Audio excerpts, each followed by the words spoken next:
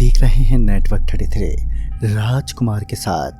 तो चलिए पढ़ते हैं आज की कहानी की ओर।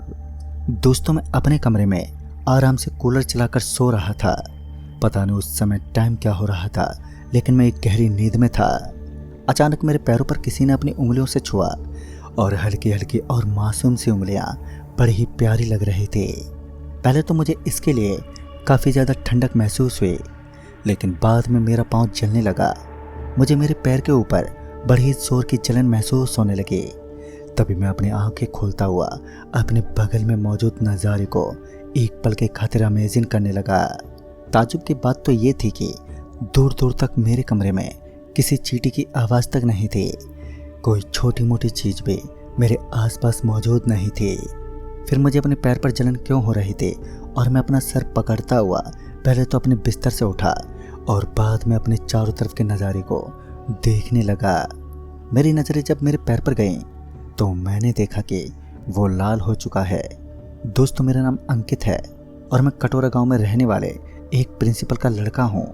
वैसे तो मेरी पढ़ाई शहर से हुई थी, लेकिन कुछ दिनों के खातिर मैं गांव आया हुआ था। ये घटना उस रात की है जब मेरे घर वाले 3 दिनों के लिए मेरे मामा के यहाँ शादी में गए थे। घर में अकेला ही रहता था मैं, और कभी भी मुझे डर जैसा महसूस नहीं हुआ। जब मैं शाम को सोया था तब मैंने अपने कमरे के अगल बगल में सारी चीज़ों को अच्छे से सेट किया था। फिर इतनी रात को मेरे साथ इस तरह छोटी मोटी घटनाएं होना कोई आम बात तो नहीं थी।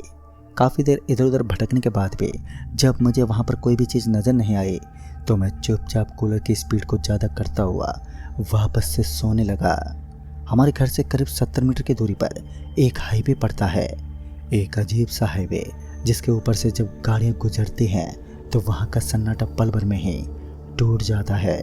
वैसे तो वो पूरा का पूरा हाईवे सन्नाटे की एक चादर से लिपटा हुआ रहता है, लेकिन कभी कभार उस हाईवे के ऊपर इतनी चहलकदमी होती है कि उसका सन्नाटा कुछ ही पलों में भंग हो जाता है। मैं उबासियाँ लेते हुए अभी अपने बिस्तर पर लेटा ही था कि अचानक ही दरवाजे पर दस्तक हुई। खटखट की आवाज़ से मेरी आंखें एक बार फिर खुल गईं। कौन है वहाँ पर? मैं इतना बड़बड़ाते हुए अपने बिस्तर से उठने लगा, लेकिन अब मेरी हिम्मत नहीं थी कि मैं दोबारा उठकर एक बार फिर किसी चीज़ पर निगरानी रख सकूं, क्योंकि मैं जानता था कि अवश्य ये मेरा भ्रम होगा, क्योंकि पहले भी मेरे साथ कुछ ऐसी अजीब सी घटनाएं जन्म ले चुकी हैं जो हुई तो थी, लेकिन उनका अंदाज़ा मुझे लग ही नहीं पाया। इतने में ही मेरे घर के सामने एक रोशनी झलकने लगी। पहले तो मुझे लगा कि ये किसी गाड़ी की रोशनी होगी, लेकिन जब मैंने अपने घर का दरवाज़ा खोला तो वहाँ ऐसी कोई चीज़ नहीं थी जिसकी वजह से घर के अंदर रोशनी पहुँच सके। मैं मुंह खोलता हुआ इधर उधर भटक ही रहा था कि एक बार फिर मेरे घर के अंदर कदम पटकने की एक हल्की हल्की आवाज़ गूंजने लगी। एक पल के लिए मेरी तो रूह कांपने लगी। बड़ी ही बेसुधी आवाज़ थी वो। काफ़ी देर बाद भी ये आवाज़ आना बंद नहीं हुई। आज के लिए सब कुछ अजीब सा हो रहा था।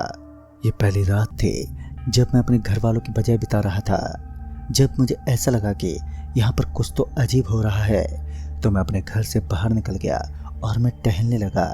फिर मेरी नज़र जब फ़ोन पर गई तो मैंने देखा कि अभी रात के 12:30 बजने को आए थे, और इसी बीच सड़क के ऊपर से गुजरने वाली एक गाड़ी की ध्वनि मुझे इतनी तेज़ सुनाई दी कि ये अंदाज़ा लगाना बेहद आसान था कि अभी अभी उस गाड़ी का एक बड़ा एक्सीडेंट हुआ होगा।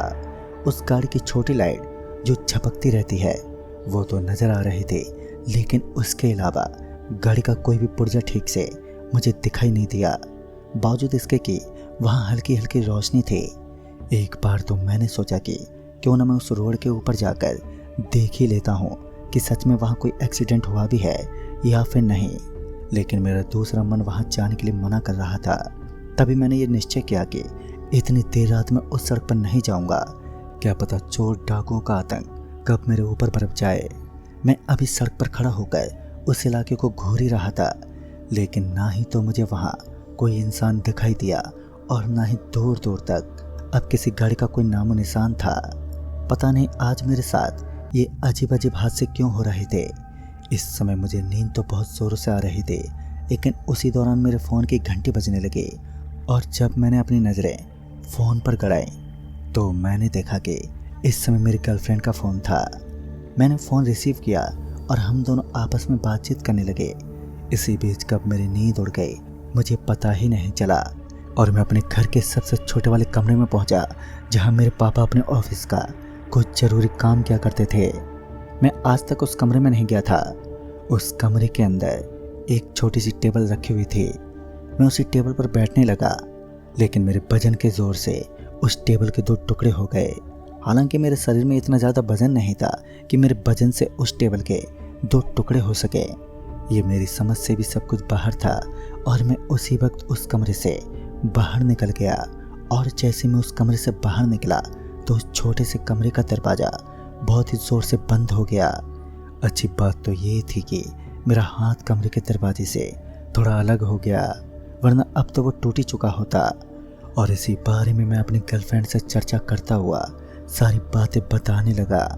तो उसका कहना था कि आपके अगल बगल में कोई पैरानॉर्मल एक्टिविटी है जो आपको हताश और परेशान कर रही है। दोस्तों, एक बड़े शहर में पढ़ा लिखा लड़का इतनी जल्दी इन चीज़ों पर विश्वास करे, ये कहाँ आसान था। मैंने उसकी बातों को इग्नोर कर दिया, पर वो मुझे जल्द से जल्द घर के अंदर जाने को बोल रही थी। लेकिन मैं अभी भी किसी खुले शेर की तरह उस जंगल में घूम रहा था जो पैरानॉर्मल एक्टिविटियों का घर माना जाता था। इस बार जो ध्वनि मुझे सुनाई दी थी, उसके बाद मेरे दिल की धड़कनें तो अब तेज होने लगे। झनझन पायलों की एक अजीब सी आवाज़ जो घुंघरू से कम नहीं थी, और ये ध्वनि मेरे पीछे से आ रही थी। मैं अपनी सांसों को तेज तेज खींचता हुआ धीरे धीरे अपने पीछे पलटा तो मैंने देखा कि वहाँ कोई नहीं था। और उसी वक्त मैं दौड़ता हुआ अपने कमरे में पहुँचा और उसे पूरी तरीके से लॉक कर लिया। मेरी ज़िंदगी का ये पहला ऐसा वक्त था जब मुझे किसी चीज़ से इतना भय लगा। हालांकि अभी भी मुझे ऐसा ही लग रहा था, शायद ये मेरा कोई बड़ा भ्रम हो सकता है। और उस रात तकरीबन आधे घंटे के बाद बातें करते करते मुझे नींद आ गई। फिर जब सुबह मेरी आँख खुली तो मेरी नाक में एक अजीब सी बदबू घुसने लगी। ये बदबू इतनी ज़्यादा गंदी थी कि इसे सूंघना मेरे बस की बात नहीं थी। और मैं उबाकियाँ लेता हुआ अपने घर से बाहर निकला तो मैंने देखा कि घर के बाहर एक सड़ा हुआ कुत्ता पड़ा था जिसका मांस गल चुका था। और इस गंदी बदबू को इमेजिन करता हुआ मैं घर से तो बाहर पहुंच गया, लेकिन अब मुझे इस कुत्ते को किसी तरह अपने घर के सामने से हटाना था। और उसके लिए मैंने एक कर्मचारी को बुलाया। उस कुत्ते की दशा को देखकर मुझे ऐसा लग रहा था मानो किसी बड़े शिकारी ने इसके ऊपर हमला किया हो और सिर्फ उसका खून इस्तेमाल किया हो। लेकिन कुत्ते को मारना और उसका खून पीना, कोई भी जानवर इतनी गंदी हरकत तो नहीं कर सकता। खैर, अब जो हुआ वो तो बीत चुका था। इस बात को जानने के लिए मेरे पास कोई भी ऑप्शन नहीं था।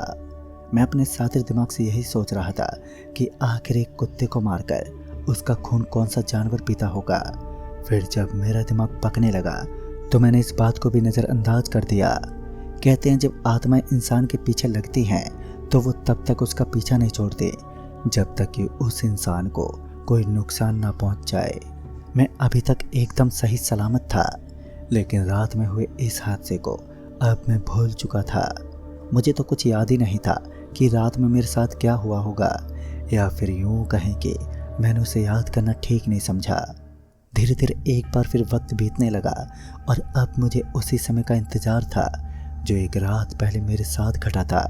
अगर कोई अनजानी शक्ति हमारे घर के आसपास मंडराने वाली है तो आज उसकी असलियत भी हमारे सामने आने वाली थी, क्योंकि आज मैंने अपने घर के सामने एक सीसीटीवी कैमरा फिट किया था जो आसानी से उस नज़ारे को कैद कर सकता है। जब सूरज ढलने को आया तो मैंने बगल में रहने वाली आंटी के घर से थोड़ा खाना मंगवा लिया और खाना खाने के बाद मुझे कोई और काम नहीं था तो मैं अपना फ़ोन चलाने लगा। वही समय और वही दौर और वही कुछ अजीब अजीब हरकतें।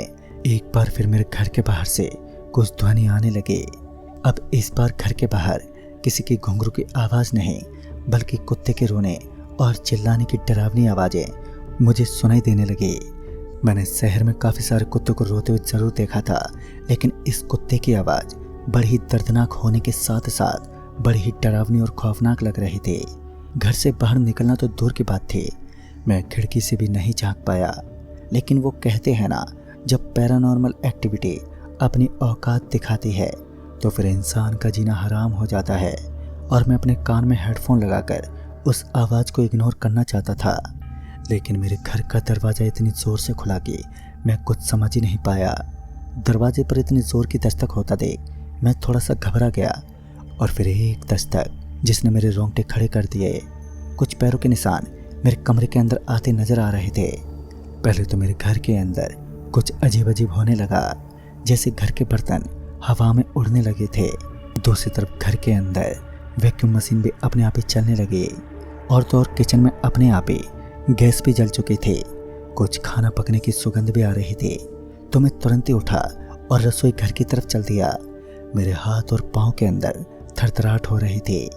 लेकिन जब मैं कमरे में पहुंचा तो सबसे पहले मेरी नज़रें एक बर्तन में गईं। उस बर्तन के अंदर कुत्ते के कटे हुए पंजे रखे हुए थे, और ये सब देखने के बाद तो मेरा पूरा चेहरा सफ़ेद पड़ने लगा, क्योंकि इससे बुरा दृश्य मैंने अपनी लाइफ में कभी नहीं देखा।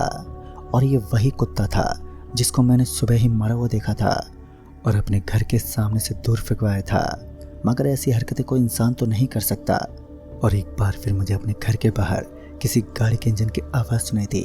मैं थोड़ा सा हताश होकर अपने घर के दरवाजे के पास पहुंचा तो मैंने देखा कि मेरे घर के बाहर कोई गाड़ी नहीं थी, लेकिन उस सड़क के ऊपर अभी भी मुझे कोई नज़र आ रहा था।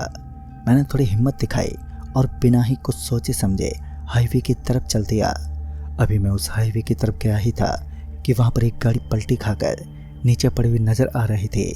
उस गाड़ी की हालत अब बहुत ही ज़्यादा ख़राब बनी हुई थी। इसका मतलब गाड़ी के अंदर बैठे हुए लोग अब तक स्वर्ग के लिए प्रस्थान कर चुके होंगे। और मैं उस गाड़ी के बगल में पहुंचा तो एक काला काला सा हाथ उसके नीचे से निकलने लगा। मैं तो इस बात को अच्छे से जानता था कि ये हाथ किसी प्रेत का है और मुझे यहाँ से भागना होगा। तो मैं दुम दबाते हुए वहाँ से भागने लगा, और इस बार मैंने एक बार भी पीछे मुड़कर नहीं देखा। और मैं इस बात को अच्छे से समझता था कि अगर मैं अपने घर में पहुंचा तो वही आत्माएं मेरा इंतज़ार कर रही होंगी, जिस कारण मैं अपने घर जाने के बजाय पड़ोसी के घर की तरफ निकल पड़ा। दरअसल हमारे घर के पास संतोष अंकल का घर था, जो पापा के काफ़ी अच्छे दोस्त हुआ करते थे, और मैंने उनके घर की डोरबेल बजाने अब शुरू कर दी।